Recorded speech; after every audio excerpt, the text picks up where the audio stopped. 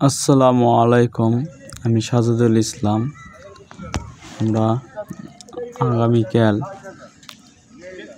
Ishwardi taxi ব্রিজে বেড়াতে গিয়েছিলাম। ওখানে যাই খুব সুন্দর দৃশ্য দেখলাম। আপনাদেরকে দেখানোর জন্য একটু সুযোগ করে দিচ্ছি।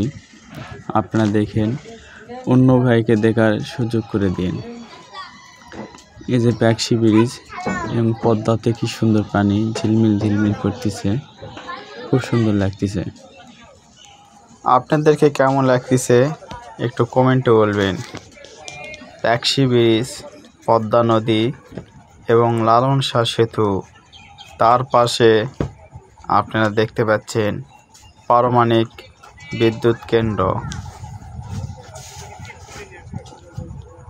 প্রকৃত খুব সুন্দর হয়েছে, অমায়িক একটা দৃশ্য,